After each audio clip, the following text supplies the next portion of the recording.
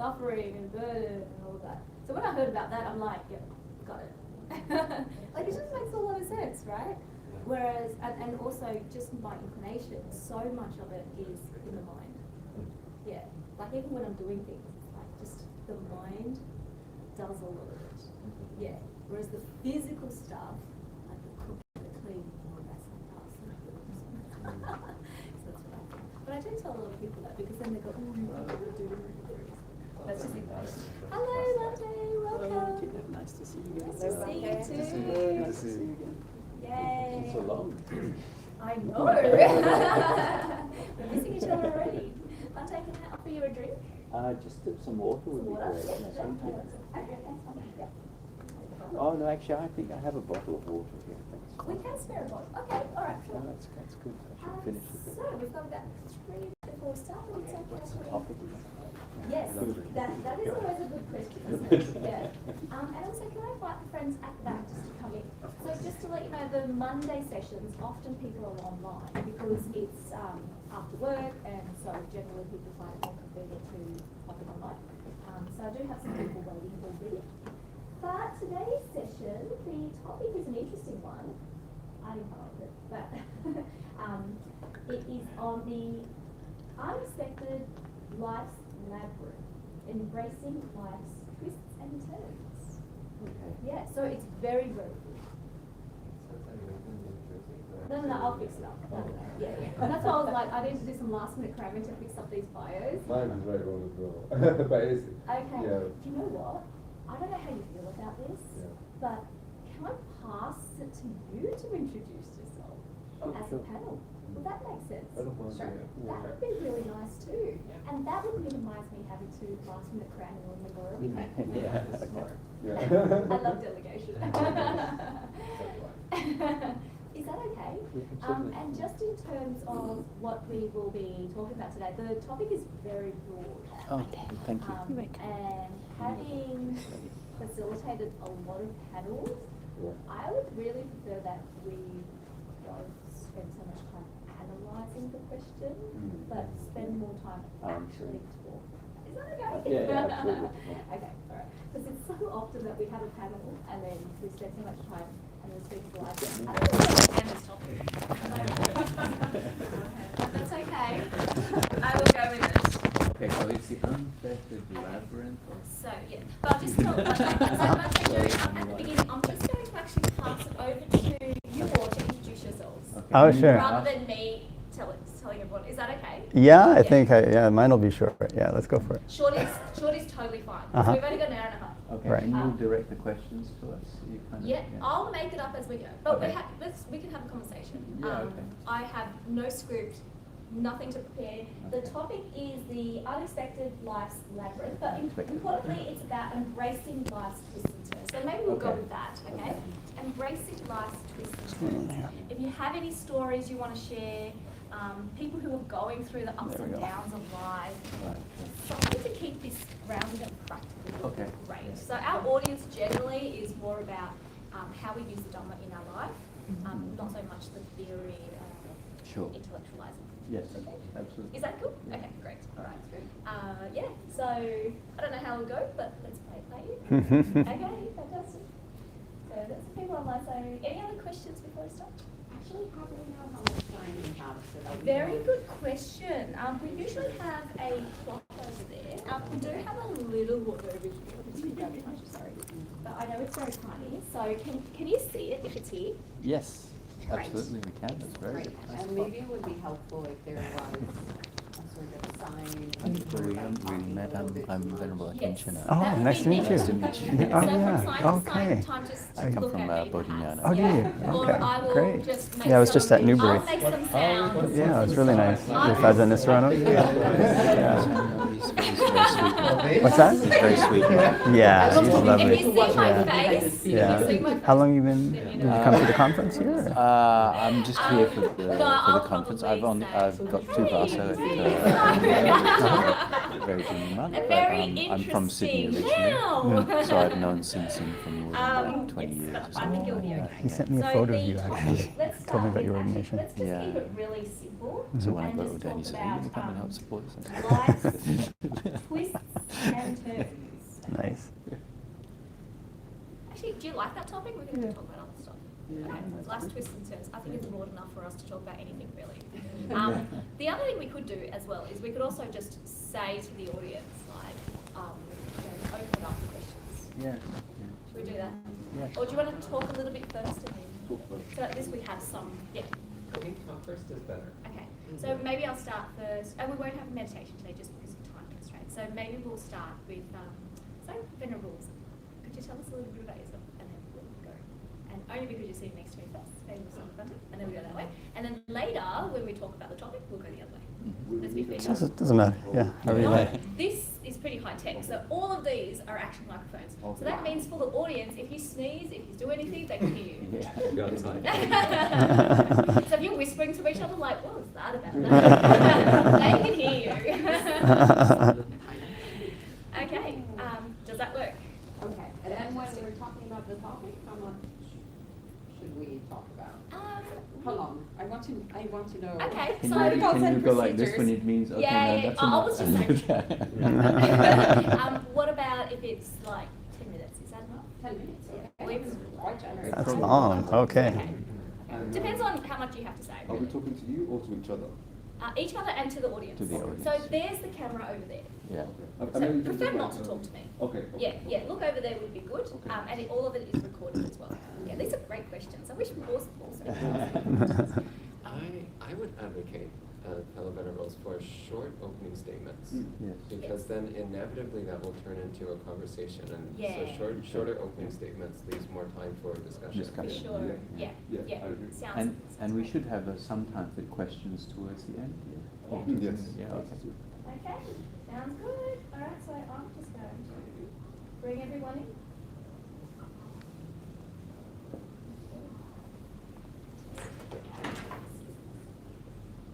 Eddie, could you adjust that so that could you just adjust that a little bit?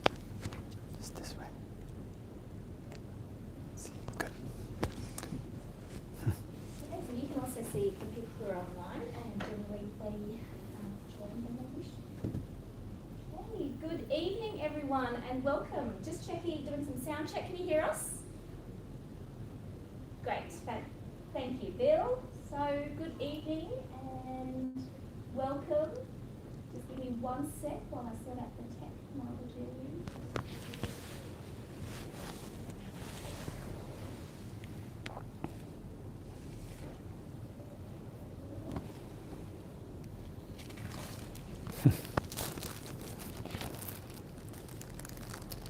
Recording in progress.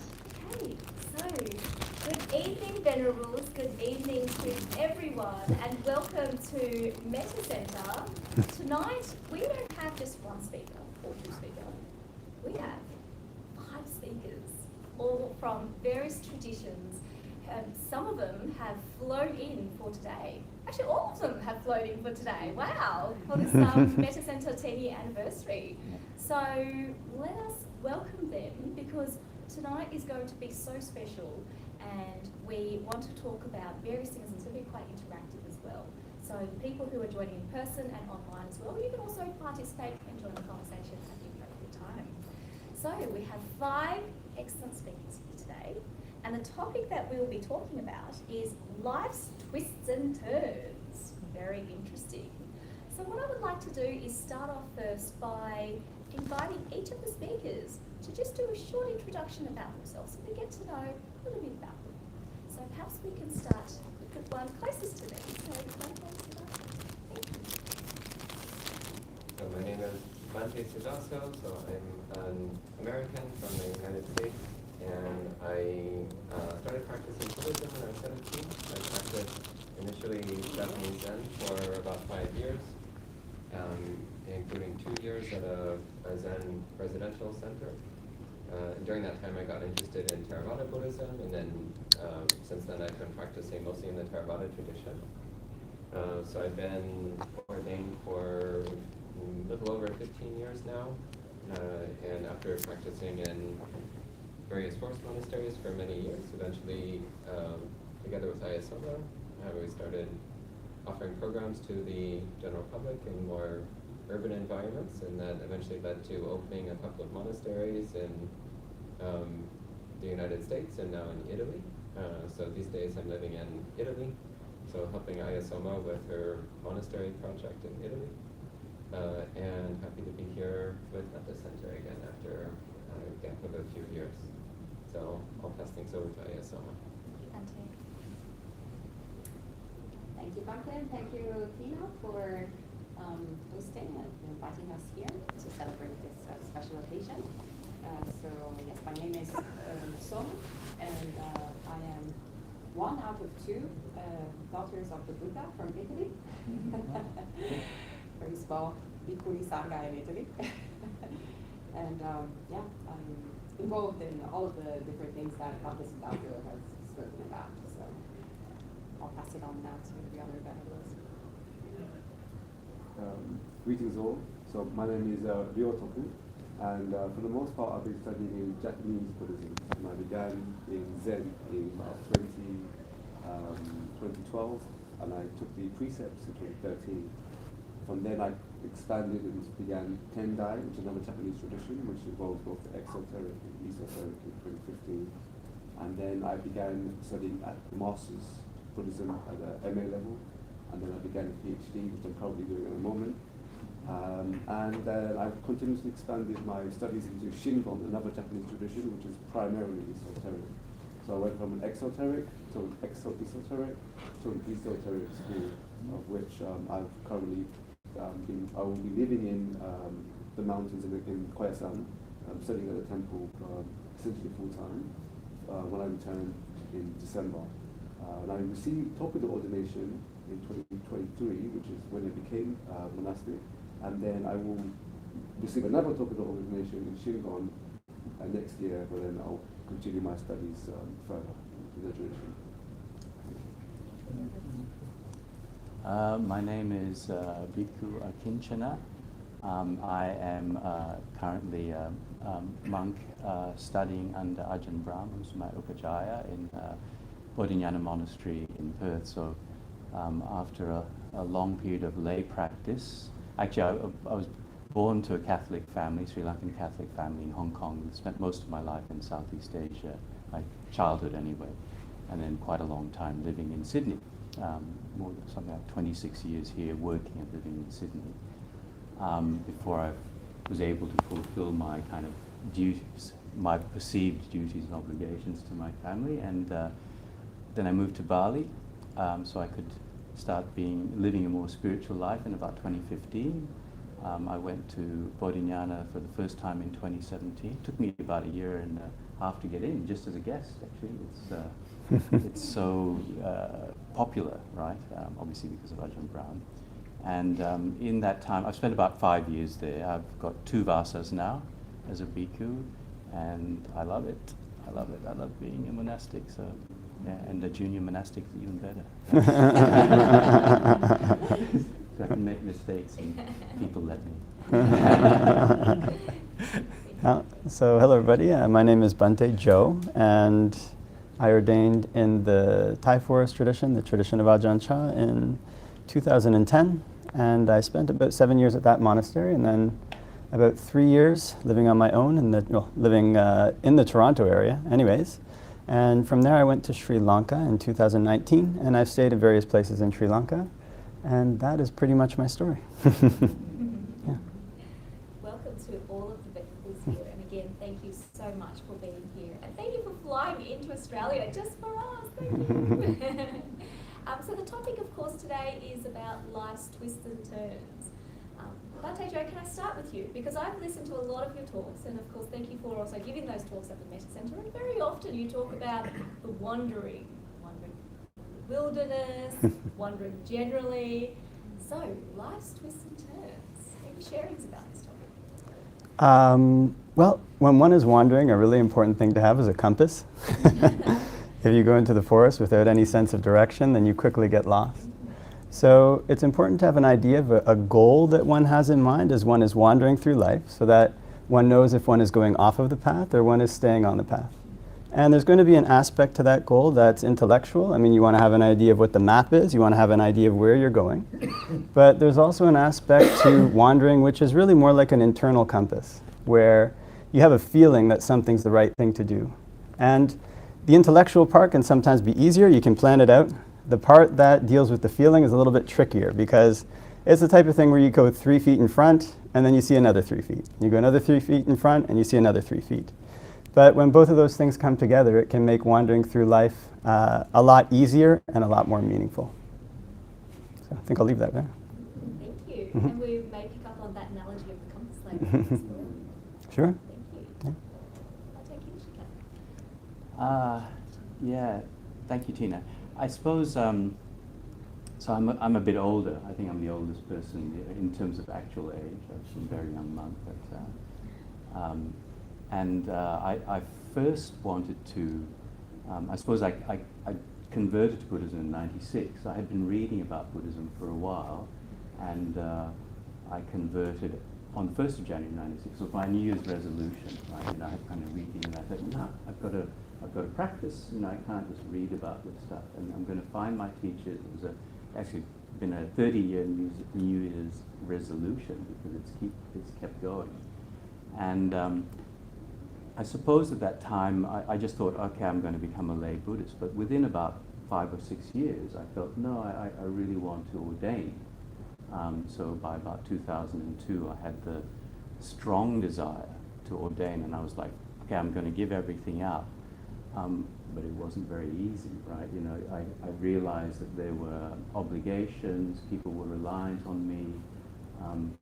And at first I just thought, that's great, I'm going to ordain, and I just kind of started talking about it, then all the problems started arising, right, all the issues that came in front of me.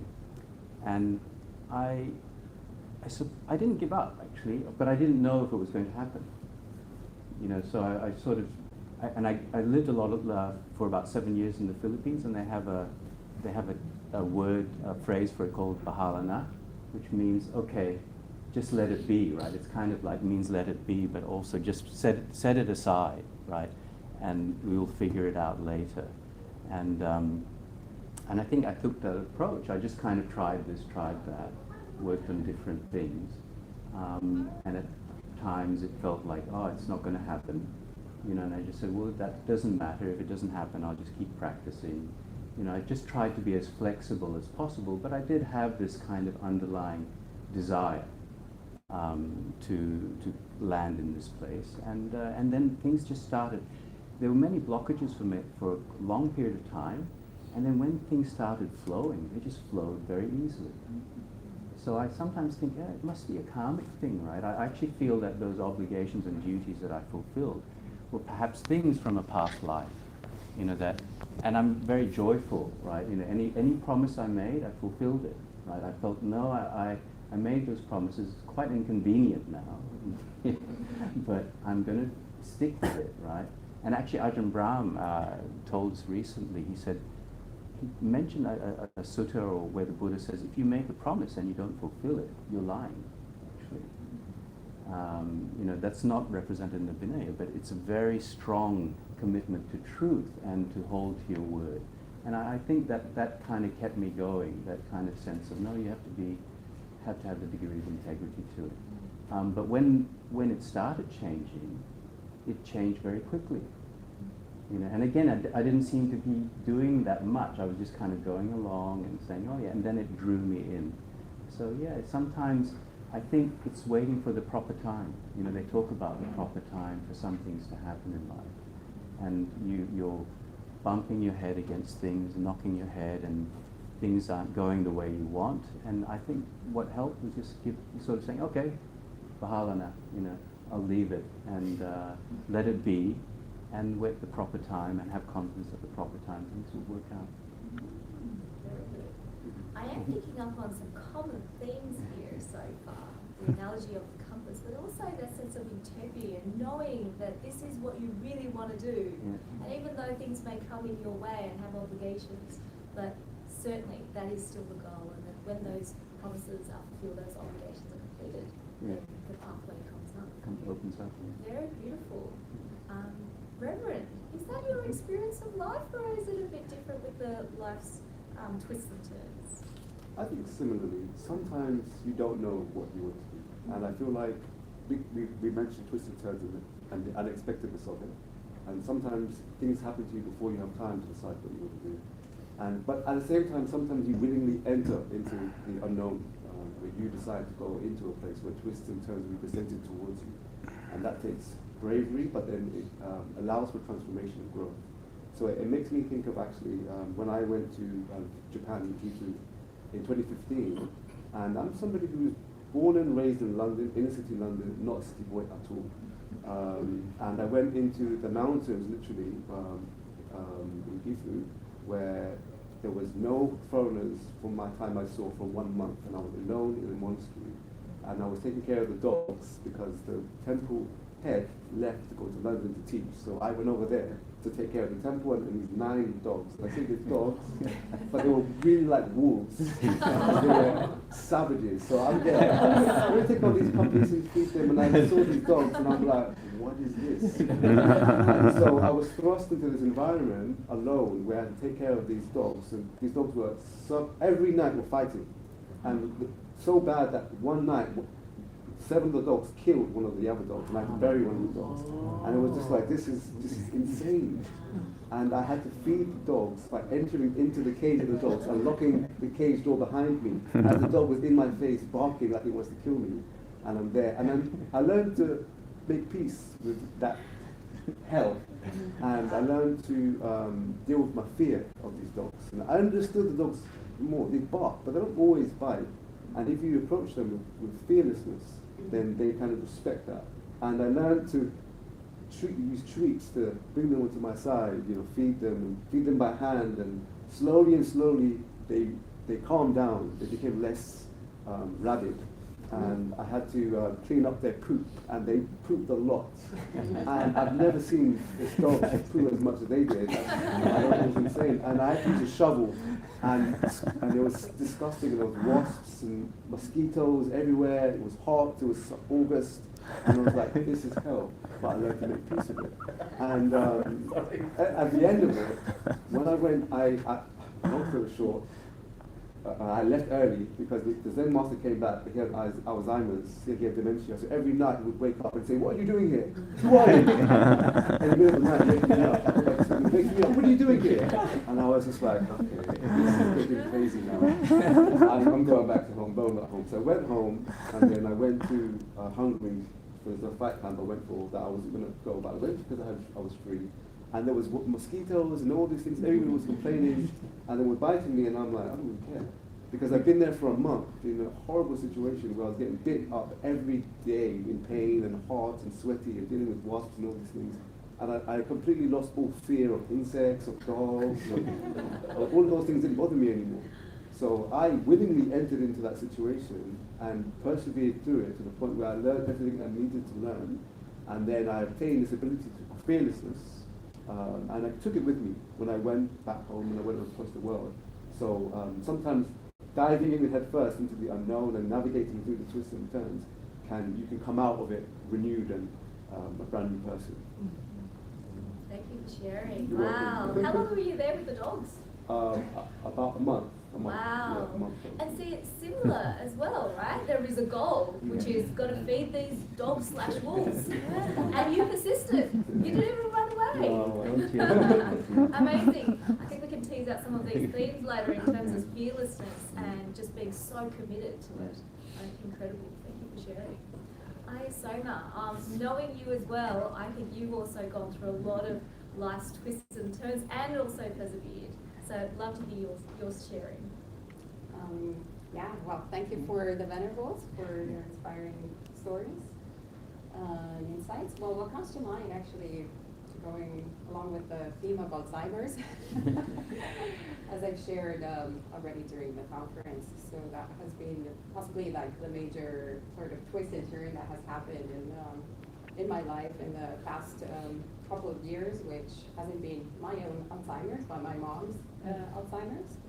And so, when I put all new robes on, or actually also before, so in my 20s and 30s, I always had, a very specific goal, which, became more and more refined. And so as a monastic, obviously became awakening. And the path seemed pretty straightforward. So I felt like it was like my duty or the way that I was approaching. the practice was to kind of get into a sports car and just go straight as fast as I could. And then, my dad passed away, my mom got Alzheimer's, and I was on the other side of the world. I was in the United States being a monastic. So, that was like this big, twist and turn that kind of like got me a little bit sidetracked. So then I thought, okay, I'll just move to Italy and build a Ferrari there and keep going straight. While I kind of drag my mom with this. And so I was trying to navigate actually what it meant to try to understand what was the appropriate response in that situation, right? Because there's, as per before, my reference has always been the suttas, has always been the canon. So whenever I had a kind of question or a dilemma, aside from obviously asking senior monastics, I would also go back to the suttas, and I would always kind of find the appropriate response, right, and then kind of embody it.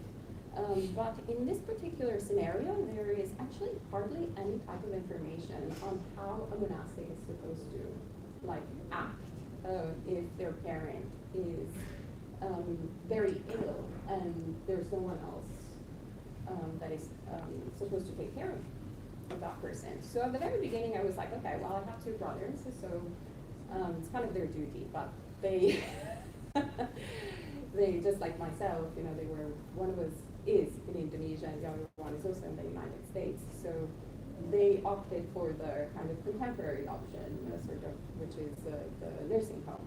And so my mom was there in the nursing home last year, and it was a very interesting, I was creating the Ferrari monastery in Italy while my mom was there. And I had actually quite a bit of time to also practice formally meditation, and I had this massive hindrance that I have never actually had before, which was sloth and torpor. But I was sleeping a lot. It wasn't like right now that I'm jet lagged. I'm having very little sleep in Australia, so every now and then, I kind of nod off because I'm tired. It was just, I was sleeping, I was restful, but I was falling asleep all the time. At a certain point, I was reading the suttas again, and the Buddha tells us that the nourishment of the hindrance of sloth and torpor is, of course, lazy stretching and doing all of that, but also sadness. And in that moment, it occurred to me, that's the nourishment of this hindrance. It's the sadness to see my mom in this predicament, in this nursing home where she didn't want to be in, and I wasn't fundamentally, kind of dealing with the situation properly.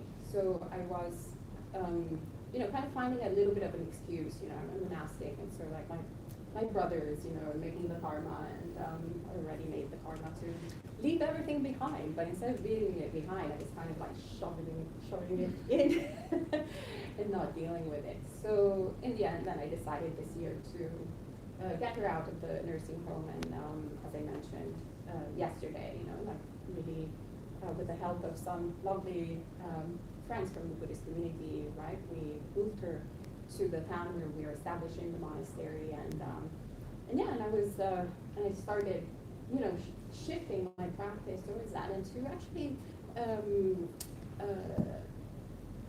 what Venerable Akinchana was talking about is actually very relevant. It really spoke to my heart in the sense that I thought, while I was doing this, obviously it was a little bit different than the type of practice that I had in my mind that I was supposed to do, but actually it was something unresolved. So I realized actually this is the opportunity, in reality, to develop right view.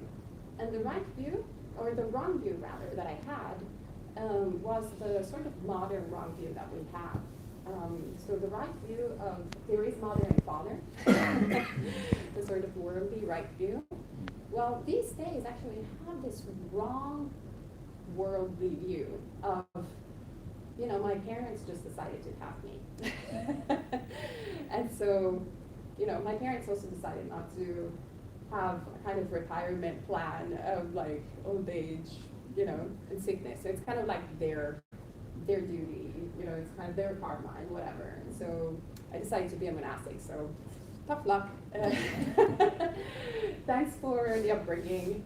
See you later. So that I had to face within myself. So yeah, it was unresolved, and I was not ready to. I mean, I was very happy actually that I was a monastic facing it. It would have been much harder actually to face it, I have to say, as a lay person. It would have been easier in terms of the sort of practical things, but as a monastic actually, it's been so great, right, to have also really this container to really look at these defilements and really work with them and make it work. And yeah, Sadhguru and also to all the Buddhist community worldwide actually that has been helping me, as well as the Sangha, as well as Sangha Sutaso and many others. So yeah, this is what comes to mind. Thanks for sharing, Aya. And again, a very common theme is that when there is difficulty and suffering, so instead of running away from it, to really engage with it and use that as our practice. Reminds me of Thich Nhat Hanh's teaching about no mud, no lotus, right? So using that as a way to bring up our practice to match that, whatever it is that we need to do. Thank you. And Dante, again, knowing you and your story, I think that some of these things may resonate, but anything additional that you may wish to share about the story? Well, first off, thank you to all the other venerables for your wonderful remarks so far, and of course to Tina for your excellent moderating. And actually what's been coming to mind as I've been listening to the stories of the other venerables here is a Zen koan.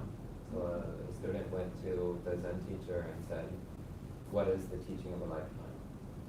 And the teacher replied, "An appropriate response." Because that's actually the thread I'm seeing through all these stories. It's like life gives us some kind of situation.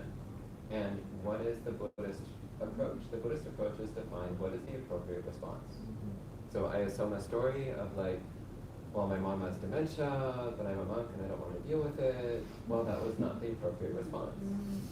But rather finding a way to care for her mother while also living a suitable monastic life. That was the appropriate response. Or dealing with the wolves and the mosquitoes and the crazy old monk in Japan. Again, what was the appropriate response? So with each of these stories, you're dealing with your family obligations and unfulfilled promises, or the challenges of wandering through the jungle and all of this. It's all about what are the current conditions that we're facing and how can I respond to it most in accordance with Dhamma?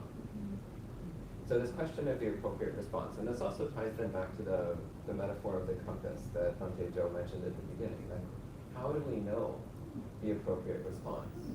So we have to be calibrating our Dhamma compass. We have to make sure that our Dhamma compass is always pointing towards awakening. So like, you know how the compass is always pointed towards end for north? So it's end for Nibbana. Yeah. Our compass is always pointed towards end. Yeah. And then in every situation, it actually becomes really clear. So one way that I relate to this is that in every single moment, in every single situation, we have a choice between two options. The option that leads towards Nibbana, and the option that leads away from Nibbana.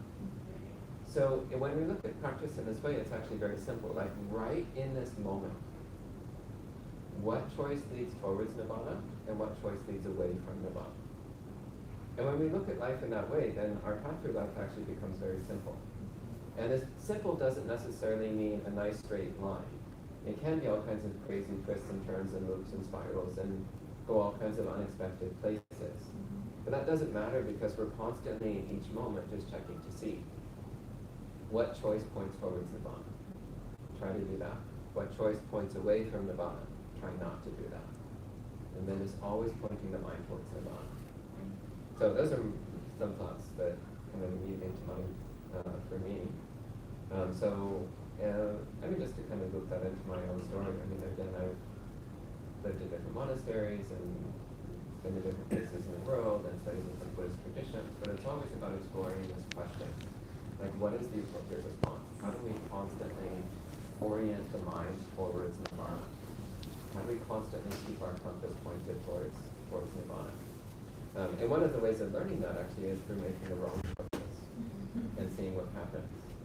So like when I think over my Buddhist practice history, which again, over 15 years as a monk and a little over 20 years in total. Another Zen quote that comes to mind was Zen Master Dogen, who towards the end of his life, somebody asked him about his life of practice, and he said, "My life has been one continuous mistake." And I actually really resonate with that. Like, I look back over my life and I'm like, how many mistakes have I made? A lot. But am I learning from those mistakes? Actually, yeah. So as time goes by, my choices are getting a bit more refined. And this doesn't mean I always make the choice that points towards Nirvana, but it's becoming more frequent as the years go by. So those are some thoughts I'd like to share to join the conversation. Thank you, Dante. And what an appropriate response that was to my question. Thank you. So what I've heard so far has been really inspiring. And I think this is what we would want to move towards, to have that fearlessness, to have that sense of goal and that compass pointing to the hill, and more wanting to practice in line with Dhamma. But for the uneducated worldview, that's some of us maybe, we may still be struggling with things such as, and this is for some advice from all of you, for example, struggling with just knowing where are we going. Like, we get this a lot. People ask this question. They don't know what they're doing with their life. They don't know where they should be going. And they may not all want to shave their heads and become monastics. And I really am so heartened to hear that for you, that this is what you feel is something that has been a goal for you, without a doubt. And you've taken roads and you're happy in it. And that is like sadhu, sadhu, sadhu. But for those who are uneducated worldlings who aren't quite there yet, how do they know what is right for them in the practice of life? Yes. Going back to what both the compass analogy and mistake analogy, and going back even to the labyrinth analogy, I think sometimes you know which direction you're going by the wall, the obstacles. And I think that at least in terms of what I think is emotions. So sometimes when you are imbued with emotions and then you act based upon that emotion, usually that's the wrong reaction. Usually, when you feel like this is what I've always done, so this is what I must do, that's usually the wrong reaction.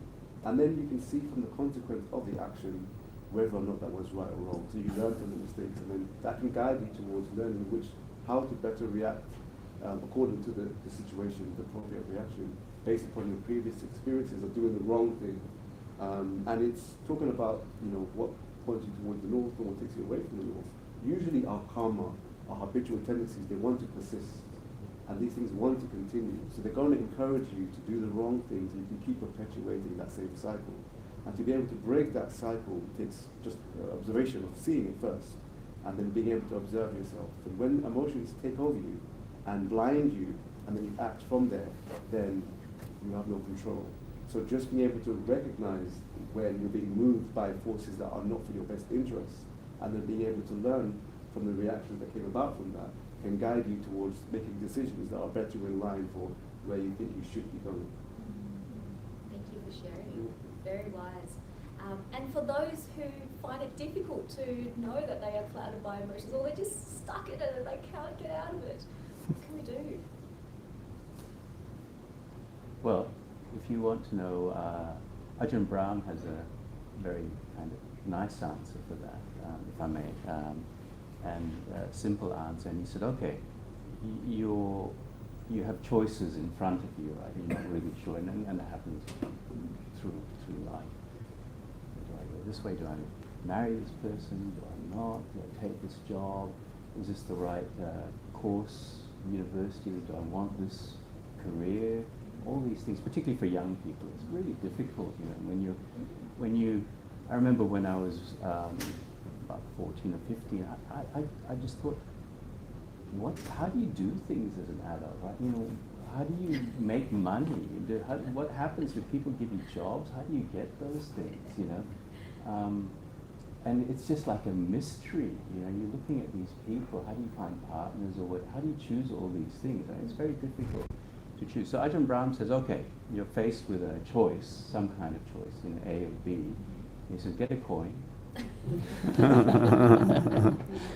And A is heads, B is tails, and toss the coin, right? And if it lands on heads, and you say, oh, let's make it 2 out of 3, then you already know that heads is wrong, right? You have a sort of underlying kind of sense that I'm not really that happy with A. And so it's already giving you a sense, a sense of your unconscious tendency, right? Perhaps your underlying desire for something else, or that's not the right way for you. So it's not easy, but yeah, it's trying to, I suppose what he's saying is that it's trying to kind of delve a little bit deeper and understand, where do I really want to go? How do I get connected with my mind and understand what feels right to me, and perhaps in an intuitive sense, what feels more like the correct way, what works for my heart. Sometimes we think, oh, I'll take the job that pays you lots of money, right? But then you realize, oh, it's not really what I want to do. These aren't the people I want to be with, right? And so it's never easy. So that's one way. I mean, the other way that actually I've used a lot in my life is there's a Tibetan saying that when 2 paths open up in front of you, you should take the harder one. And it's because the harder one will teach you the most. And there's also Zen saying that says, when you get to a fork in the road, take it. I think that was Yogi Berra.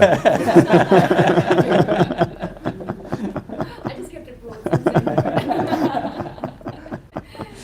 Thank you for sharing. And that I want to pick up on that theme about indecision and making a decision, because that also comes up quite often too. Yeah. People who find it difficult to make decisions, and one of the things that holds them back is fear. Yeah. So I really appreciate, Reverend, your talk about your sharing about fearlessness. But again, for the uneducated worldling who is still full of fear and is finding it difficult to make a decision for fear of the consequences of worry and the unknown, any tips? My first advice I give is baby steps. Baby steps, So yeah. it's like anything you want to cultivate, you can't cultivate massive amounts in one big go. It's never good for you. So if you want to get strong and big strong, you don't go straight and lift the head with weights, because it's going to hurt you. And fear is like a trauma response. It's probably there for a reason. And in order for you to be able to slowly be able to overcome fear, you need to be able to overcome small fears. And then that gives you confidence that, okay, I was afraid of this little thing before, and now I'm not afraid of it now. So maybe I can keep on growing to be able to overcome bigger fears. And so I would say that sometimes people say just go straight in and challenge your fears head on. I personally don't think that's the greatest thing for everybody, because some people it may work, but other people it may make them more traumatized. So dealing with fear is to be patient with yourself, be compassionate with yourself, and to slowly challenge yourself to expand your capacity for facing fear. And secondly, have good friends around you. Have people you can trust, because there are times in which you become overwhelmed and you've lost control. And if you know that there's people around you who's going to give you bad advice and encourage you to do bad things, you don't want to be around those kind of people. You want to be around people who are going to encourage you in the moments where you lose control, who are going to guide you back to sanity or back to security. So that would be my advice. Ante, I think you're about to say something. Yeah, I had a couple of thoughts. Well, first off, the thing about making choices. And I think it actually comes back to what I was saying earlier about, realistically, there's only the choice that leads towards awakening and the choice that leads away from it. And so I think when making any life decision, and this doesn't matter whether you're a lay person or monastic, because life is a series of decisions, you just ask, does this choice affect the path towards awakening? So if it's choice like, do I become a nurse or a serial killer? Well, it's kind of clear, like, nurse towards awakening, serial killer away from awakening. It's kind of clear. But if it's something more like, do I buy the green car or the blue car? It doesn't matter at all. And this is actually what I think is true for most of the choices that people make in their life. Most of the choices people make don't matter at all. But it feels like it matters. But it feels like it matters because of our own defilements and illusions. So really boiling it down to this basic principle. Is this leading towards awakening or away from awakening? So that clears up the important question. And if it actually doesn't lean one way or the other, then it doesn't matter at all. And you can use the coin flipping method. Because it really just doesn't matter. And as far as fearlessness, like to me, this also directly leads to fearlessness. Because what actually matters? What actually matters is, are we cultivating wisdom and purity of heart, or are we cultivating delusion and defilement? This is actually what matters. And as we constantly orient our Dhamma compass towards Nibbana, then we also can start to trust ourselves to make the right choices.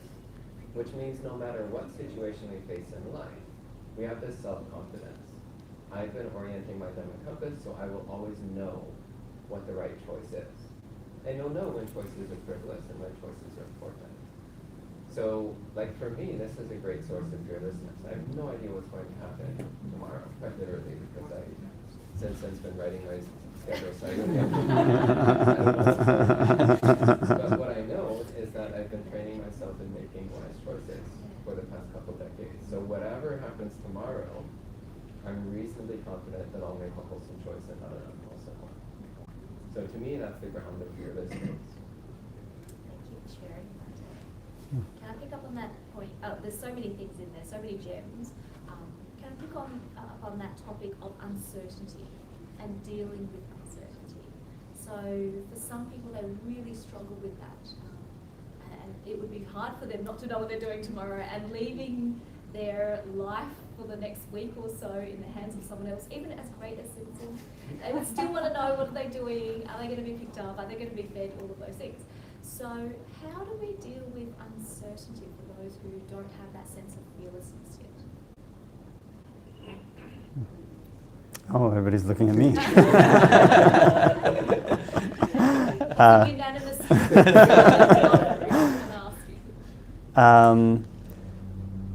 Well, one of the things with uncertainty, especially as regards Dhamma practice, is that there's an element of the mind that clouds our ability to make decisions well. And typically that element is called a vijja in Buddhist practice. And an important thing to understand is that it's an active element of the mind. It's not necessarily just a passive one, like we don't know. So if we do something that we know is not a right Dhamma decision, then the mind almost covers up its tracks, and it makes it less clear about what we should do in the future. So I remember when I was thinking to be a monk, actually, it was, I had this very strong intuition that I should go and join the monastery at a certain point. And I got really afraid to do that. It didn't seem like it made much sense. I was really enjoying university, and I didn't really have a lot of faith necessarily in the place that I thought I should go, that I felt that I should go. But what happened was I decided to leave that place, and then about 4 or 5 months passed, and it was like that intuition never occurred at all. It just kind of like my mind covered up the tracks, and I was just getting into the stream of going back to school and doing all these other things, and this kind of intuition that this is a path that you should take just disappeared. So I think that if a person continues to make choices that are in line with the Dhamma, both using their intellect and their inner compass, then that faculty which can pinpoint what's the right and wrong choice becomes more clear. If one makes choices against that, basically out of fear, then it becomes more clouded. So these are things that can kind of build on themselves. The more choices you make, the better that tuned the compass becomes. And so just building on Venerable Sudaso's statement, just continuing to do that, I think, is one of the things that can be best for facing uncertainty. Yeah. Well, I agree. I think you have to have some model, right, that is going to, or some sense of what helps you choose things in life. And of course, that's very personal to people. It actually depends on their karma. It depends on their underlying tendencies. the inclinations, their strengths and weaknesses, and understanding some of those things. But I also feel at times when I face very difficult choices or a difficult period ahead of great uncertainty, and I think, well, I'm just going to launch myself into this, right? And I really don't know what's going to happen. And what I have been able to rely on is I come back to that faith in goodness, right? If I have to have confidence in something, I have confidence, or I would want to have confidence that I will be good through this. I'll be kind through it, actually. And I say to myself, well, whatever happens, I'm going to be kind with it. I can't control all the things that are in front of me, and it might be terrible. I might die, or might get very sick, or bad things may happen. But I will come through with a clear conscience if all the way through this I have been kind, right? And the more challenging, the more kind. And of course, kindness doesn't mean being a doormat, right? Because you can be kind and assertive. I don't want to do that. Thank you very much, or that's not what my path is, etc. You can be kind and very politely turn things away or turn away from things. But you can still be kind, right? You don't have to go on the offensive, etc. So for me, I think when I have, particularly as my practice has deepened, I said, well, I'm just going to be kind with whatever arises in the next few months or the next year. And I have confidence that I'll come out in the best possible way. It may not be what I want, but it'll be the best possible way. Is that also to do with the virtue of blamelessness? Yes. How that comes with that, isn't it? Yes. I did my best, right? And there's nothing else I could have done. And my best is the kind best, right? It's really beautiful. So a lot of these qualities that we're talking about are so important, that fearlessness. But also I think something else may be important too, and I think that comes through in each of your sharings, which is about faith, particularly faith in God. Would you like to share anything about that? Well, first and foremost, what comes to mind, thank you, Robert and Nicholas, for your insightful sharings, is as I was mentioning earlier, especially in meditation, whatever kind of hindrance comes up, that is actually a very good teacher that tells us a lot of information on basically pretty much what we're doing wrong, right? Because we're actually nourishing these hindrances. They're not there out of nowhere, but rather there is something that we're doing from body, speech, and mind that is creating the conditions for that hindrance to come. And so that's one thing that we can do to evaluate, right? Whether or not our actions are in accordance with Dhamma, but obviously that requires faith in the Dhamma, faith in having actually a path that leads us to the end of suffering. And, as a matter of fact, then we can also see, we can build that faith by practicing in accordance with Dhamma and seeing how those hindrances start fading away fundamentally, and how instead the factors of enlightenment are instead germinating and growing and dissipating that suffering from the heart. Another thing that comes to mind is actually a big shift that happened to me when I was a layperson. That prior to my Buddhist practice, basically my entire life was dominated by fundamentally designing my life to make it as kind of perfect as possible, like never settling for less than, right? So that's what brought me from Italy all the way to New York City, going by the UK. This constant search for happiness, and therefore making choices based on I like doing this and I don't like doing this. So I had ended up to a point where, I was in a situation in New York City when I started the organization with Bhante Sutaso that I liked everything and I have never been so unhappy. It was literally driving me insane. I was like, I'm like in the neighborhood that I like, with the friends that I like, doing the job that I like, with everything I like. why am I so unhappy? And paradoxically, when we started this organization out of faith, literally, I met Dr. Subhas in October 2025, and in December 2025, we started the organization together to bring monastics to New York City. 2015. We just did it. In Australia. Yeah, 2015, sorry. Decade here, decade there. But yeah, what happened, the switch was that actually I started doing things that were needed rather than that I liked. So I started actually doing a lot of things that I didn't like, but most of my life, up until today actually, is things that I would never actually do if I had a salary. Like for example, we had a retreat center in New York City at a certain point. I had to clean feces from the walls. And I remember spending like about 7 hours, because there were a lot of them, and thinking, wow, this is quite remarkable. Like it would have paid me like, I don't know how much money, like offering, but I would have never taken that job. And the only reason why I'm doing this is actually because it's not a paid position. And it's needed, somebody's got to do it, and actually I'm the only one here, so I'll do this.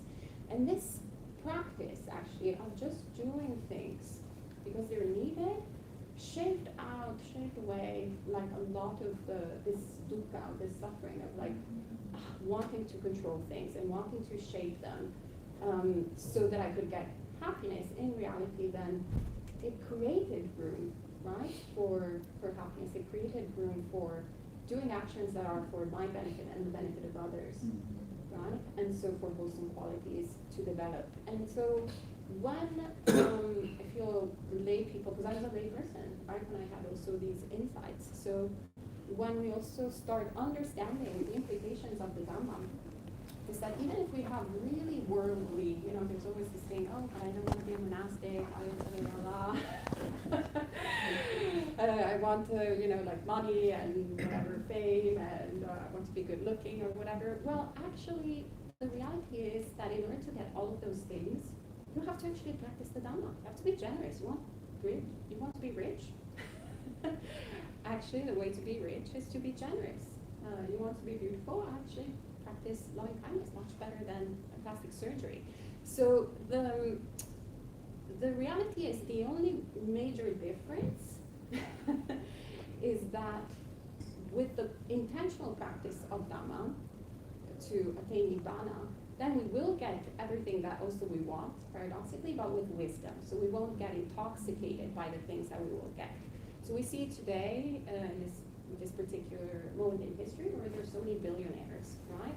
And clearly all their wealth and popularity, etc., is the result of previous really incredible good karma, but without wisdom. So what happens without wisdom is then we have to go to Mars, or we have to do artificial intelligence, or we have to do it, like there's no end to this greed. There's no end to, all of these sensual pleasures. They're just inherently unsatisfying. But if instead we keep doing, the good Dhamma practice, actually we do end up being a billionaire, but with wisdom. Can you imagine being a billionaire right now, in this day and age, with wisdom?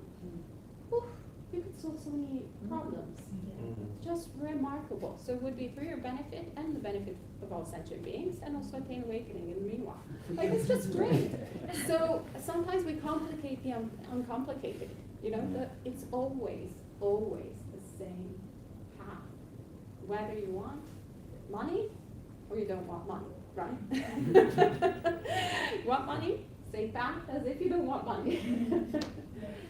So this comes to mind. Thank you so much for sharing. And that's a really good reminder, particularly for us lay practitioners, to know that to live a good lay life is also in line with the Dhamma, to live in line with the Dhamma. But speaking of the different paths, is it correct to say that there is the mundane path and the supra-mundane path? So the mundane path perhaps is the one where the intention is, well, I'm going to be generous so that I could also have fortune.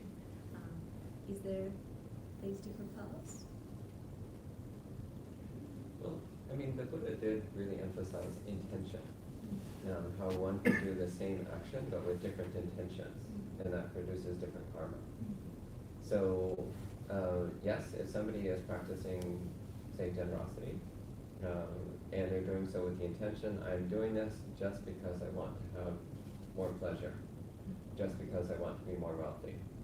Well, that's still good karma. It's still a wholesome act. It still purifies the heart to a limited degree. But actually, if one is doing that same act of generosity, but with the understanding, this is a way of purifying the heart, a way of curing stinginess, a way of practicing letting go, a way of shaving off ego, all of which is part of the path to full awakening, then that exact same act will have much more powerful results and will also be a factor towards awakening. So, yes, absolutely, there is a difference, and the difference actually comes from wisdom, as Ayasoma was talking about. Like, is it the wisdom which understands how these ordinary, mundane acts of good karma are part of the path to awakening?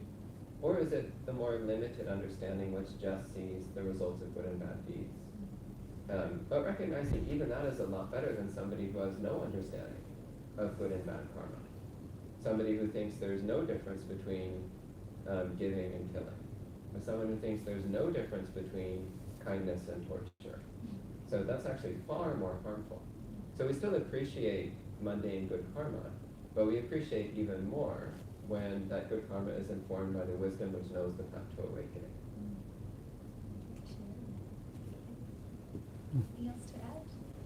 I just wanted to add something small about fear, which is that sometimes fear is appropriate. And especially it can warn us away from dangerous situations. So some monks, I mean, especially young monks, even in the Thai forest tradition, they injure themselves badly, or they develop a habit of going towards their fear and rushing towards it, when sometimes actually the appropriate response is to pay attention to the fear and move away from it. So it's just a small point that I thought to add, and it's one more thing that one has to tune one's Dhamma compass towards. Is this fear appropriate to follow, or is it inappropriate? Actually, just a brief real-life story of this. So me, another bhikkhu, and Ayasoma were actually wandering through the jungles in Thailand at one point, and we heard an elephant in the distance. And the other bhikkhu and me, we were like, oh, this is so exciting. We have a chance to go and see an actual wild elephant in the wild. And Ayasoma was like, how about no? How about you go the opposite direction? Which, in fact, was actually the voice of wisdom. It's helpful not to have this off the road. I think I've seen a video of a monk actually being killed by a wild elephant in Thailand, and he went up to take a photo, and it just got really aggravated, and then the last thing you see is the camera getting away. And they said, oh no, he got killed. Yeah, so very tricky. Good choice. The appropriate response in that situation, indeed. Yeah. It's because we grew up on Dumbo. You know, the elephants look so friendly. Oh, they're so cute. Yes, I was just listening to Ayas talking about the work that we do when we're doing it voluntarily, and with the kind of heart that just wants to feel that it needs to be done, right? There's kind of that, and there's a sense, I think, of service within that, that we are helping others. And I think if you are looking for a motive, the idea of service, it's certainly a big kind of factor, I think, in the monastic community, of service to our community, and service to not just the monastic community, but the lay community, the different assemblies, etc. But I think it's also kind of a deeper thing, is that your first kind of thought or your drive is to really care about others, right? And to understand, okay, I can help, I can do something. And when that becomes more a stronger part of your nature as it develops, when you're a child, it's not there very strongly, except for some very beautiful children. They have a very strong kind of underlying tendency to these things. But I think if you can think about how do I cultivate that? How do I develop that, right? And of course, there are times when you think, oh no, I don't want to do another talk, or I don't want to clean the bathroom again. Right? You know, that's the job I've got allocated today, or whatever. You know, you can turn around and say, well, it's a service, right?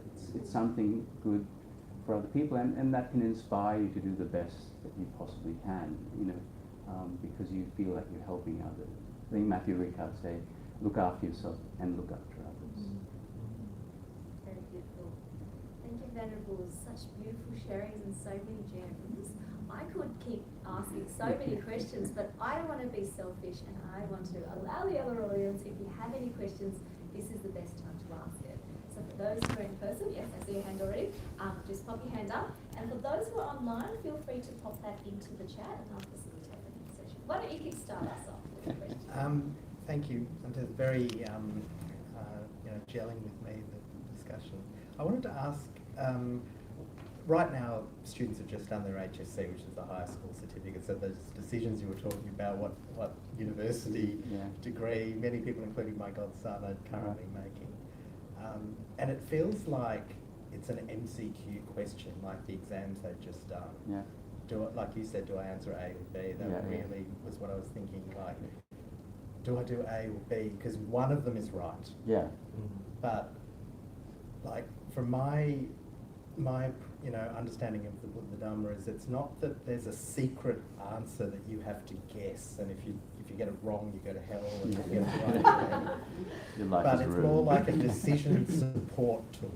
Yeah. That the Dhamma is saying, how do you go about making this decision? Not, is it A or is it B? Yeah. But it gives you a way of trying to formulate it so that you understand, as Bhante says, it probably doesn't matter whether, if you choose B and then in a year you can change the university degree into A. You know what I mean? Like, it's the stress is from that tension that you think, I have to choose one and only one is right. Right, yeah.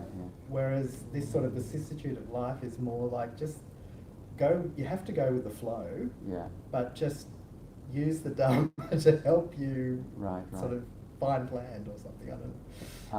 I mean, if I may, I've got some experience of this because actually for 1 year I was even the kind of graduate recruitment. I was in charge of graduate recruitment for the bank I worked for the investment bank actually, which is a very strange experience. They just said, can you do that? I said, okay.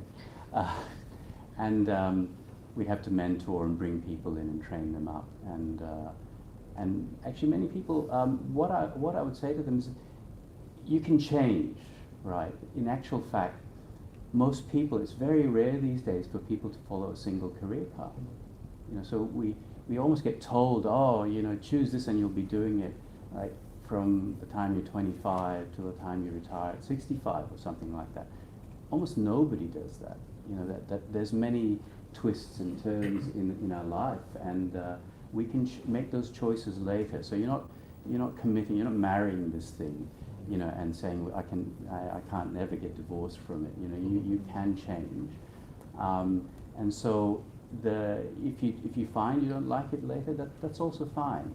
But what helps you when you're making these decisions is, a couple of questions like, what do I enjoy and what am I good at? Sometimes people say, I've got to follow my passion, right? And that's what I'm going to do. That's not really a good way of actually choosing your thing. It's often that, your passions could lead you into disaster. You may not be good at it. You might say, I want to become a ballerina, but you can't, you've got 2 left feet, right? But I've always liked it, And so you get confused by those things. And so the other question is, okay, what am I good at, right? What are the things that actually I enjoy doing, and what skills do I have? And usually people will pay you, or you'll be successful at doing something you're good at. I'll be a monastic agent. Sorry? I'll be a monastic agent. You are indeed very good at that. Can I also just say that when we make a decision, we can only make a decision with the information that's available at hand. There's still an infinite number of unknowns that's beyond our realm of control. So Personally, I would always say there's a right or wrong decision ever. There's only a decision that's best based on what the information that you have, because there's a string of unknowns. You could go to the best university in the world and then have a horrible teacher. He's just despicable and just doesn't like you and treats you horribly. You could go to one of the worst schools in the world to have a really wonderful network and support and guidance and become the best person. So there's still a level of uncertainty, even with all the best decision process you can make. You still don't know what the outcome is going to be. That's the inevitability in any single situation. Yeah, and I feel that there's like a lot of neurosis actually in regards to choices these days, which I feel is once again another byproduct of wrong view, of like this pervasive wrong view of the new religion of secularism, which is you only live once. So if you only live once, then you make one choice right now. I decide to live in Australia. I will never be able to live in Italy. I decide to live in Italy. I will never be able to live in the United States. No, I get married to this person. I will never be able to get married to this other person. Like, it's just everything is an anxiety. Like, I eat ice cream, I will never be able to have cake. Like, everything is just neurotic and so full of wrong views. So we also see like how wrong view just really brings this whole big pile of suffering. So the whole point shouldn't be, you know, because I remember being 18, like having this huge list of all the different options. As a matter of fact, at a certain point, I was like, maybe I should be an actor, because then I can act like all these different sections from time to time. So I don't have to decide, right? So then I became a journalist in order to actually interview different people. Like, I was so neurotic, actually, up until Buddhism. It's the first time in my life that I'm like so stable and like I do the same thing. It's just so relaxed, right? But why is that? It's not because actually I became a monastic, but it's because I adopted right view. And I started understanding actually the implications of karma and rebirth. Once I realized that I had done everything in the past, million times over and over again without discovery of beginning, I got bored. Like, I just literally was like, oh my goodness, I have to do it all over again? Who cares? Then you have a sense of urgency of what really matters, seeing the essential rather than the non-essential, right? So then it becomes what Dr. Sukazu was saying, blue car or green car, it doesn't matter. What do I do with this car? Like, do I actually go towards awakening, or do I crash it? So then I have to buy another one and do it all over again, over and over again. So I feel like that is the main issue, and we should really question. Like, I feel like it's connected with faith. We have a lot of faith in wrong view, in the stuff that actually is just given to us mainly in the West, but now it's becoming pervasive throughout the world. So we have to acknowledge that it's a religion, secularism. It's not neutral at all. So you only live once is a religion. It's a religious dogma that that we all believe in without questioning. So If I can add one more thing, adding to faith and this idea, I feel like the opposite of faith is always wanting to control outcomes. And I feel like we always want to know what's going to happen, which is impossible. But to be more cliche, like the present moment is the most important thing. Like, what are we doing right now with the situation that we have? And I think once you are able to play your cards that you've been dealt with the best that you can, then you're in the right direction. And then what happens, you know that you've done the best you can do, and you're moving in the right direction. Thank you. That's a great answer. Thank you for the question. I'll just go to one person online and we'll come to the person here. Trying to be fair here. So this person asked this question earlier when we were talking about the sense of compass and how you put the north or the end for the nirvana. So this person asked, I sometimes take the path away from awakening because of a desire to fit in due to childhood bullying. Partly because I like being accepted, but mostly because I want to make others feel accepted. when people are in deep suffering or wise, it's easy, but otherwise, how to show love and kindness without gossip, etc.? Well, one thing I would say that's really important is the Buddha emphasized the importance of Dhamma-Vinaya, which means having good spiritual friends. So, yeah, it's actually great to make choices which make you fit in with good spiritual friends. It's good to act in ways that impress good spiritual friends. It's good to act in ways that are approved of and liked by good spiritual friends. So choosing the people that you spend time with carefully instead of recklessly. And this is a problem which I've seen coming up over and over again throughout the years, is people often are in friendships and companionships and even romantic relationships out of habit rather than out of wisdom. And it's like, oh, but I've been friends with them forever. It's like, yeah, and now's the time to stop. Because it's not good for you. And it's probably not good for them either. But either way, we need to be realistic. So yeah, of course it's normal to want to fit in. It's normal to want approval. And we want to fit in and be approved of by wise, moral people with good values and right view. What's the other part of the question? And then it's about when people are in deep suffering or wise, it's easy to want to make them feel accepted, but otherwise, how to show love and kindness without gossip, etc.? One of the other Venerables wants to pick that one. Yeah, go for it, Sudasa, yeah. I'll just say that it's very easy to want to validate other people's ignorances, because there's times in which people are in the wrong and you don't want to hurt their feelings, and then you're saying what you think that they need to hear because you think it will make them better. But often that actually is making things worse for them, because I've had many friends around me who have a circle of friends around them who validate everything that they say. And then all those friends end up being cut off eventually, and then me and that person are still friends because I always told them the truth. And at the time they didn't want to hear it, but then people remember that in the long run, because in the moment of suffering, people don't think straight. As I said, we should have friends that give us good advice, and we should always be the friends that are the same. Because in the moment of clarity, when they will remember, when I was mad and angry, all those other people told me I was right to be angry, and this one person told me, no, you were in the wrong.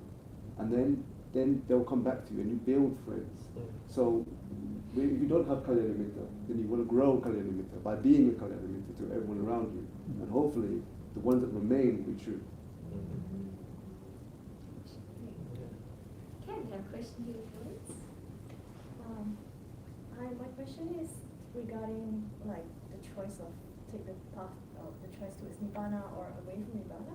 But sometimes, mostly in life, it's a bit unclear. For example, like, do you take the option to nurse your sick parent for 10 years, or spend 10 years in meditation and cultivating yourself, or like raising children for 20 years versus, learning the Dhamma and doing the practice? Like, because we only have 24 hours in a day, and there's only so much time that we can choose to do things. So we have to choose one or the other, because we only have limited time in our life. Okay, can I? Yeah, I think I think you can have them both. I think you can have them both, because you just bring so you're raising children, right? You've made that choice. Okay, you have to go through that as best you can.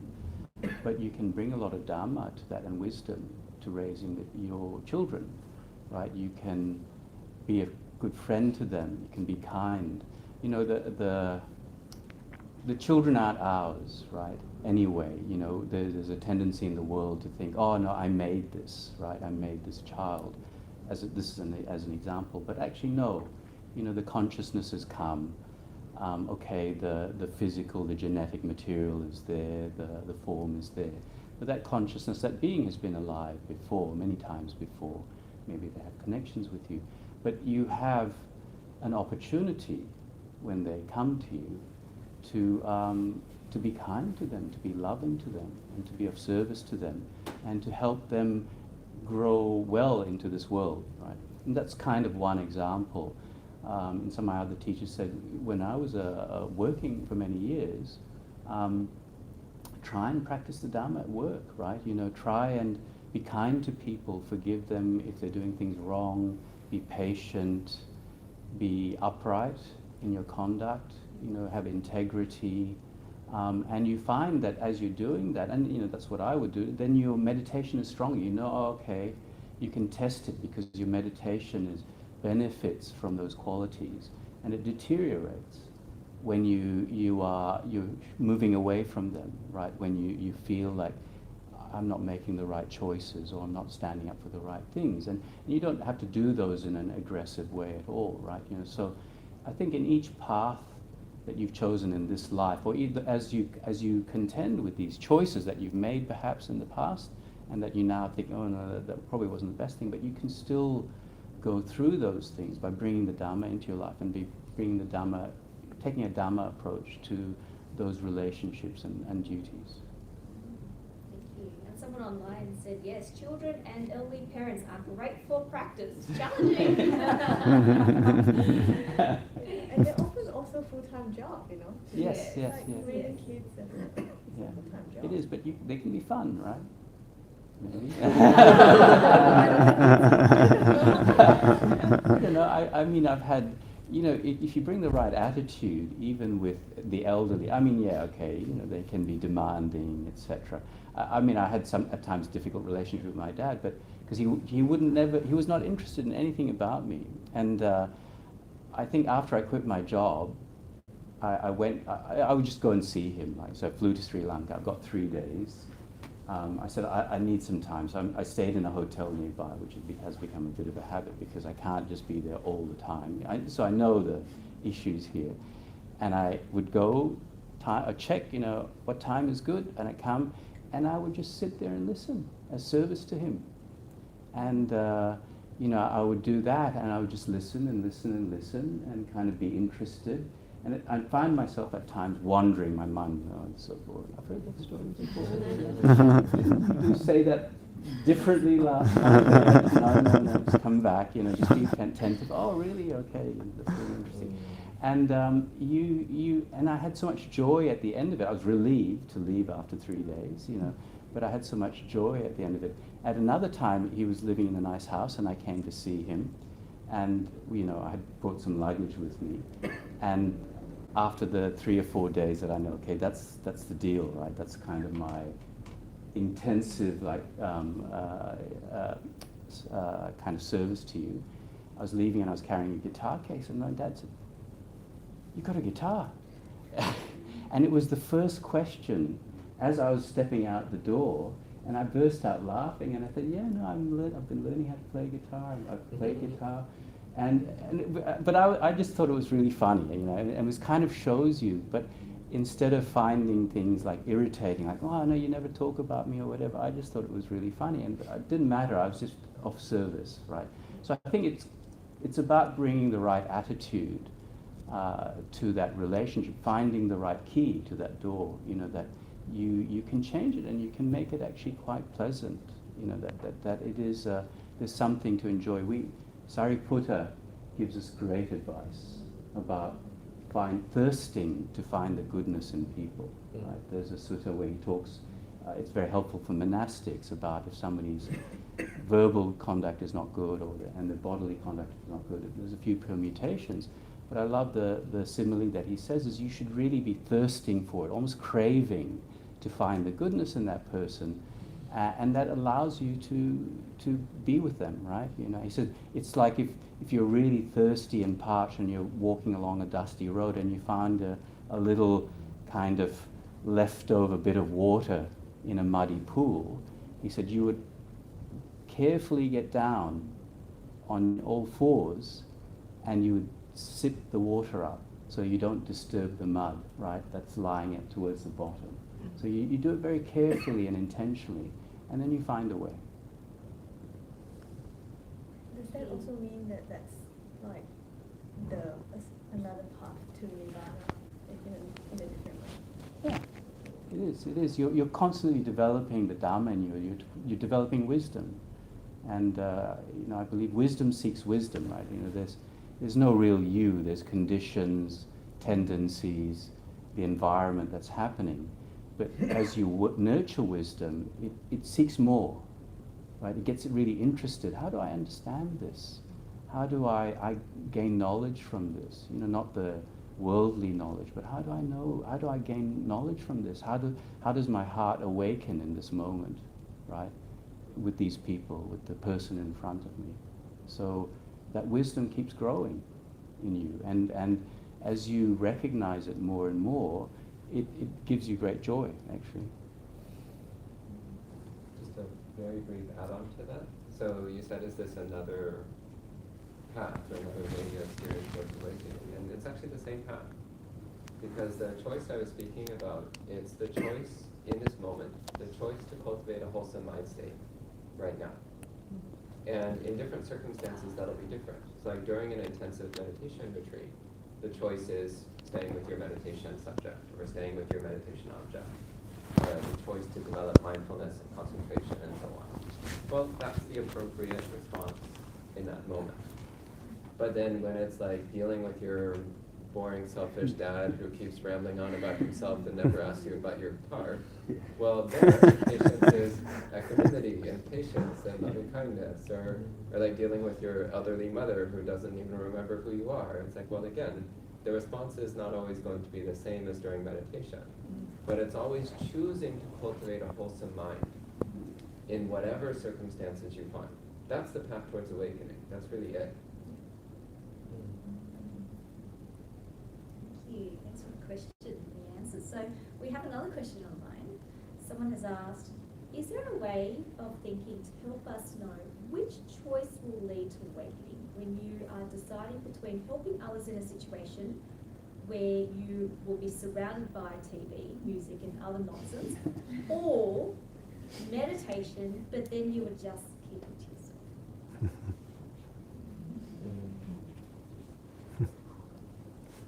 I would say in some way, we kind of mentioned different ways of practice cultivation of fearlessness and understanding of Dharma, but there was always two forms of practice. I think it was Bodhidharma who says there's two ways, two paths.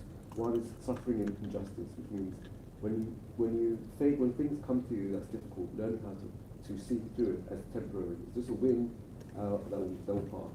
And the other is facing the wall, sitting upon the wall and meditating. Because in Zen tradition, that was one of the early ways of practice, but they still do in Soto Zen.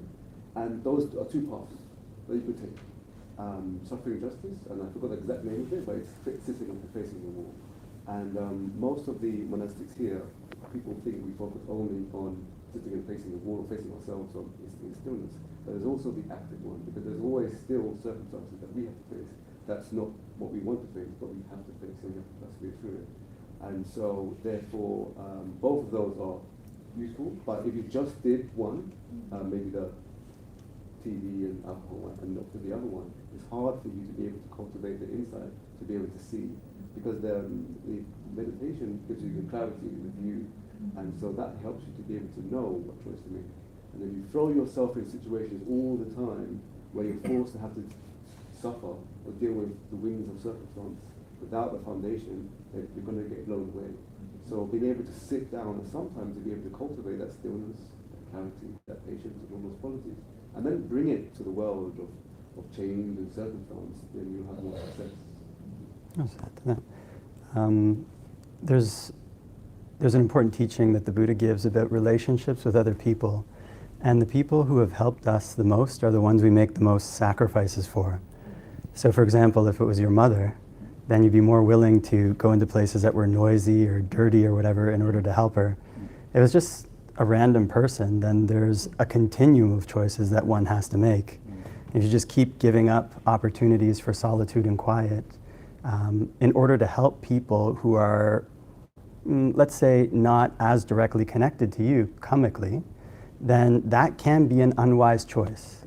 So there are sometimes binary choices, but there are quite often in our practice choices that arise along a continuum. And so making that choice about whether to help somebody else or whether to go and meditate is one of these things that tends to lie along the continuum. Another thing that I just wanted to throw in there as well is that in especially the Pali Canon, there are ideals for behavior that we work towards. Like there are ideals for people who want to achieve awakening. There are models in the Canon. And those models have people meditating a lot. So the choices that we make immediately, they may be things that we make in the present moment, but you can perceive them almost like going through a door. If you go through door A, it opens up into a few more other doors. If you go through door B, it opens into different ones. And so those choices that we make in the present moment over time actually build a pattern in our life that can create quite significant differences down the line. So just bringing it back to this idea of having like a plan versus having a compass, the plan that the Buddha sets out, the ideals that he sets out, if one wants to achieve awakening, then those are the ones that are, that, at least in my opinion, are the best to hold in mind. And the choices that we make in the present moment, like should I go spend time with in this like noisy place or whatever it might be, so long as we have these ideals in mind, then our compass will be pointing towards them. And the sacrifices that we make will be more informed by our relationship with the people that we're intending to sacrifice for. So I'd make a bigger sacrifice for my mom than I would for somebody that I don't know. Just wanted to put that in there as well. Thank you. Someone has posted in response to what you've said, respectful to the mention that this is a teaching of the Buddha, isn't that going to cause discrimination in a manner that hinders boundlessness of loving kindness if you intentionally help certain people more than others? And this is a misconception that does come up sometimes, isn't it? That sense of loving kindness should be boundless and we love all beings. But also what you said earlier also makes a lot of sense. So open that up. Whether, Bhante, you want to respond to it or? Sure, maybe I'll respond briefly and then open it up to the others. So I mean, yeah, loving kindness doesn't literally mean you love everybody like a mother loves everybody, because there's actually a chant that monks do in which we spread metta to all beings like snakes and we wish they go away. So I mean, a mother wouldn't do that to her child. well, not often. Yeah, not so often. But I mean, in terms of the relationships that the Buddha lays out in the canon, there are relationships that people have with others that carry mutual duties, actually. The relationships we have with people are mutual duties. So depending on where people fall along that spectrum, the duties that we have to them change. So it's not the case that you have the same duties towards somebody you don't know who's really far away from you that you do to your mother, or you do to a friend who saved your life, or you do to a teacher. Your duties and responsibilities actually depend a lot comically and in terms of how much you're going to do based on what they've done to help you and what you've done to help them. That actually creates these kind of comic links. So I think I'll leave that open to the other venerables to add to or subtract to as they like. I'd like to just share a brief quote from Mahayana, since I think the only be quoting Mahayana tonight. You're a Mahayana and also representative. So actually, I remember years ago I was talking to a Chinese Mahayana practitioner about exactly this kind of question, like to what degree are we obligated to set aside our practice and go out there and help people? And she replied, meditation is also bodhisattva activity, which is a really important point. It's like, well, of course, our loving kindness is vast and all-inclusive and extends to everybody equally. That's true. Our physical activity isn't. You cannot help every single sentient being physically. You can develop the wish for all sentient beings to be happy, but your actual physical capabilities are limited. And so we do help people to some degree, but we also need to recognize that helping ourselves by cultivating this deep inner serenity, this wellspring of wholesome qualities that all of the speakers tonight have been talking about, is actually what makes it possible to be a benefit to others. And it's also what makes it possible to eventually attain the greatest good for the world possible, which is full awakening. I mean, the Buddha said that the beings that arise in the world for the benefit of everyone are, in fact, enlightened beings. So Buddhas and Arhats are the beings that bring the greatest benefit to the world. So, yeah, of course, we help some people directly, physically, And other people, we cultivate the wish for them to be happy, but we don't actually go to their homes and do anything directly. So we do need to cultivate our inner practice as well. Actually, the Buddha does have some advice about how he chooses how to help people. And he talks about, I think a Brahmin asks him, why do you spend a lot of time teaching monastics? And why do you then teach, the other members of the assemblies, right? And how come you're not spending a lot of time just teaching anybody who comes along, right? And he says, well, actually, if you're a farmer and you have 3 fields, if you have a field that's rich and there's good soil, and you'll use that first, right? And then the rocky field with bad soil, you'll realize that whatever you plant there, it's not going to grow so well. Then you might have a middle field, right, that has medium soil, and you also know the results of what the seeds that you plant there. And so, because in this case he's talking about, really his teachings to the emphasis he places, for the monastics, they're committed. They have the best soil for the teachings, right? They've made this commitment, and therefore I pay a lot of attention to them. I try and teach them a lot, right? I spend a lot of time with them because I know that effort will have great fruit. And so I think from that you have to have a little bit of wisdom. Where does my effort, how does my effort apply, and will this bear fruit, good fruit, right? And that wisdom, I think, it's a good way of saying, will this have a good result, or am I just wasting my time? There's a very beautiful line from that sutta passage where the Buddha says, the farmer also throws some handfuls of seeds in the bad field. Because the farmer thinks, maybe some of these seeds will actually take root as well and turn out well in the end. So the Buddha said in the same way, I also teach among the people who are not so receptive, because sometimes the seeds do bear fruit. And I think human beings naturally are very tribal. So we concern primarily with our own and our own group, sometimes at the expense of others. And I think that Mettā is there to slightly combat that trait, and so that we can kind of extend at least some degree of concern and care for people outside of that group, and maybe even your enemies. Because even people who despise you and hate you, you don't have to hate them back. And Mettā combats all of those natural traits.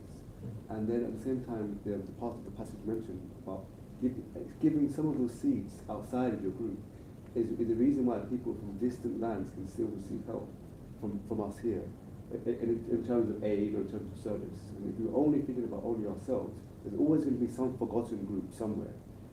So we're always giving a little bit out beyond that in order to be able to reach and help those who may be forgotten or those who may be distant as well. Thank you. And someone online wants to add to that analogy, which is such a great analogy. And someone says, and then some plants are of benefit to the soil as they grow, as well as giving a crop. Yes. Very good. Okay, last question before we end today. So someone online has asked, in addition to reacting to situations with wisdom, how do we create the correct causes and conditions that support our path to liberation? What are the types of causes and conditions that support our awakening versus not? 5 minutes notice. The causes and conditions that support your awakening. Honestly, just faith. We need to think less and just surrender more, really, to the Noble Eightfold Path. I feel like with what we've been talking also, in dealing, with the twist centers, because that's really mostly what maybe we have a bit of a harder time in finding the appropriate response. Is also coming back to the recollection that whatever we're doing has to be for the benefit of ourselves and others. So I just wanted to share, for example, another thing that I did with dealing with the situation with my mom is also reminding myself to allow her to make merit, which is very difficult for her as a person with Alzheimer's. But the way that we managed to do it, since we're starting a monastery, then we kind of turned her house into a little vihara.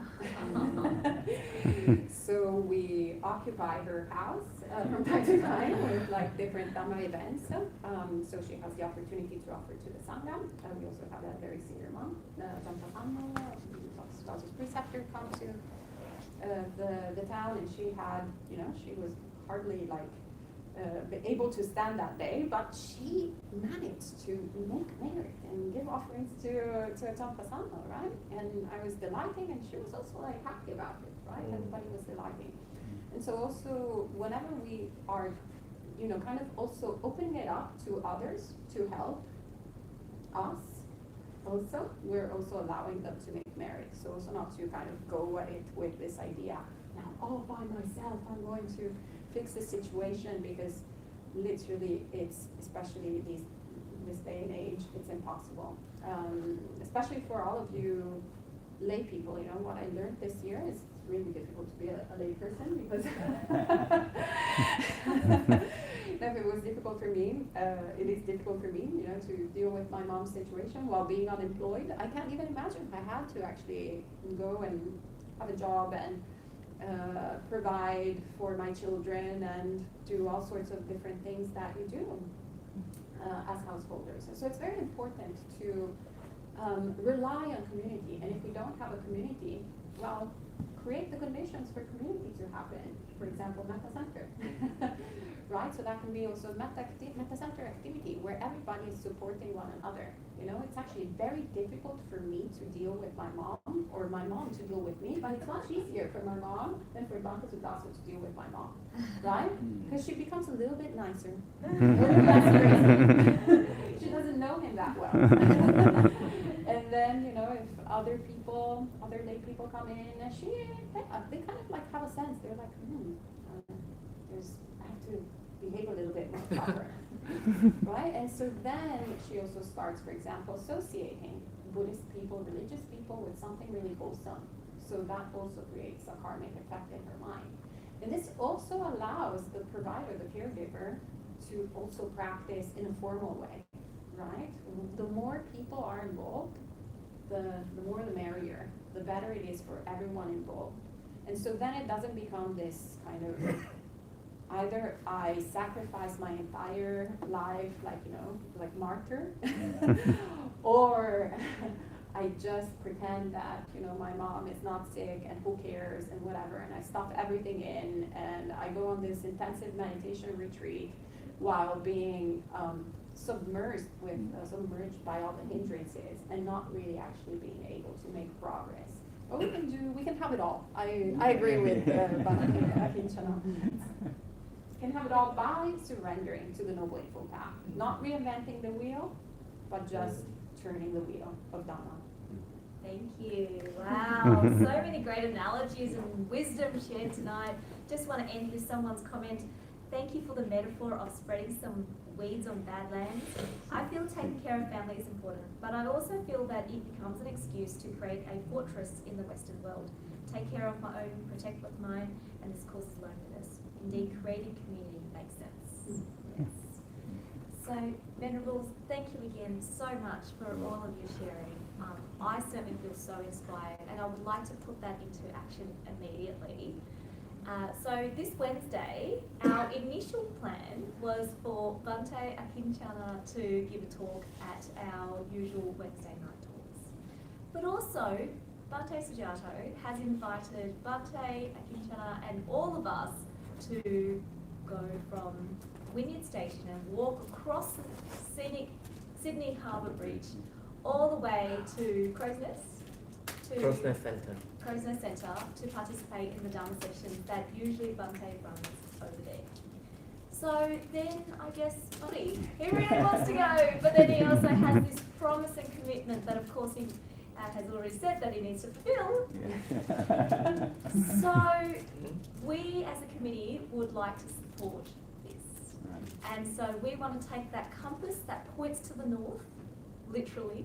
We're all going to go to the north, and also that points to Nirvana. So, Bhante, if you are okay with it, on Wednesday, what we would like to do is, instead of our Mettā Center session happening in Parramatta, we will take Mettā Centre with us and walk across the bridge with all of you over to the door. Sound good? Also on that note, if anyone is able to perhaps drive Bhante Sudaso, Ayasoma, and also Reverend Ryotoku to Nantian Temple that same day in the morning, that'd be great. Fantastic. Okay, putting it out there. You get 3 incredible speakers in your car, captive audience. If anyone would like to do that, and that is on Wednesday. Back to morning. India. And in fact, if anyone is interested to be a part of Mettā Centre's Sangha care, we do have a team that is devoted to support the Sangha, particularly visiting monastics. So if anyone is interested to participate, generally what we do is we will let you know if there is a request, for example, transport, or it may be they need accommodation or Dharma offering or any type of assistance while they are here in Sydney, then we post it to that group and then we can have some support from the community. So if you'd like to join that group or any of our Mettā Centre team, then you can volunteer and contact us. So, is that okay, Bhante? I should ask you Wonderful. too. Thank That you. was just our suggestion. Yes. Thank you. Thank you very much. Thank you. Okay, so that's Wednesday. Yes, yes. So that is our Wednesday event. And then, of course, this Saturday, we will again see the Venerables at Burwood Park. So this will be our 10-year Mettā Centre anniversary, and it is called the Mettā Festival. And on that day, we will be offering alms to monastics, the ones who are present here, but also many more as well, from all traditions. And we will be offering them alms in the morning. We'll have a lovely picnic lunch together, so please bring your picnic mats, and we'll have some food stalls and various stalls available there. And then also in the afternoon, we will have some cultural performances as well that are all Dhamma related. So we're trying to use a different way to share the Dhamma to the general public, as well as also to really show people what the Buddhist community in Sydney can be like. So I really invite all of you to attend, and it's a completely free event. Everyone is welcome, and it's very family friendly, so you can bring kids along as well, and we will have a lovely day together. And we're also going to have meditation in the park, so that's going to be nice too. So lots of things happening that day. So that is on the 15th of November at Burwood Park, and all of this starts at 10 a.m. and it ends in the afternoon. So I hope to see you all there. All of that information is on our website. And if you're not already connected with us, please join our WhatsApp friends group. You can also follow us on Facebook, like us on Instagram, and you can also check out videos such as the one that we have recorded today of this panel discussion, all on our YouTube. So I would love to see you all at future Mettā Centre events. So thank you again to everyone participating, but of course also thank you to our Venerables. Venerable, can we end with some chanting? We are so fortunate today to have a multi-tradition, so I don't mind who goes first, but maybe some closing chanting. Thank you. And for friends, if anyone would like to. Should we break it up and do all? Do you know a tipi so? No? Should we do all together and then have a Mahayana one as Yes, well? okay, yeah. That would make sense. What do you think we should do? Bhavatu Sabhamangala? Tipi-so is a good Yeah, answer. tipi so? Okay. We could follow that. Itipiso bhagavārahang samma sambuddho vijja charana sampanno sugato lokavidu anuttaro purisa dhamma sarati sattha deva manusana Buddho Bhagavati Swakato Bhagavata Dhammo Sanditiko Akaliko Ehipassiko Panayiko Pachatang Veditambo Vinyuhiti Supatipanno Bhagavato Savaka Sangho Ujupatipanno Bhagavato Savaka Sangho Nyaya Patipanno Bhagavato Savaka Sangho Samichi Patipanno Bhagavato Savaka Sangho Yadidang Chattari Purisa Yugani Yatta Purisa Pungala Esa bhagavato savaka sangho ahuneyo pahuneyo dakkineyo anjali karaniyo anuttarang punya ketang lokasati. So I'll give the dedications of merit. Chanting. I don't know it by heart, so I have to read them first.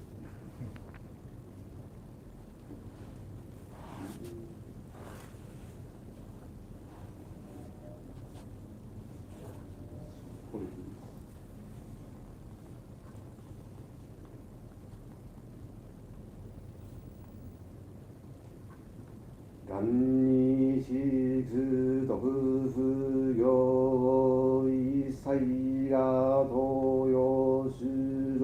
바이르조 부즈도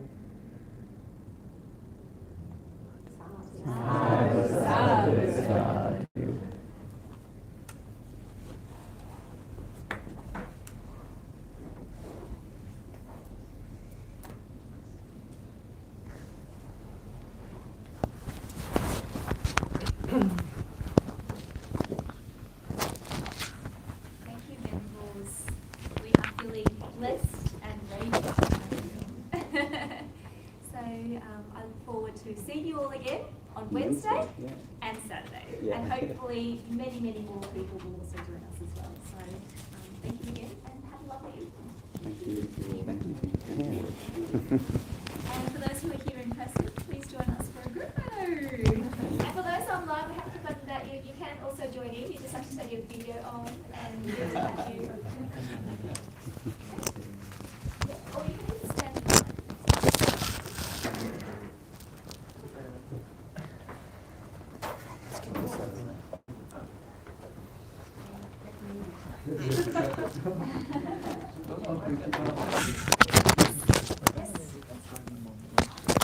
Yes.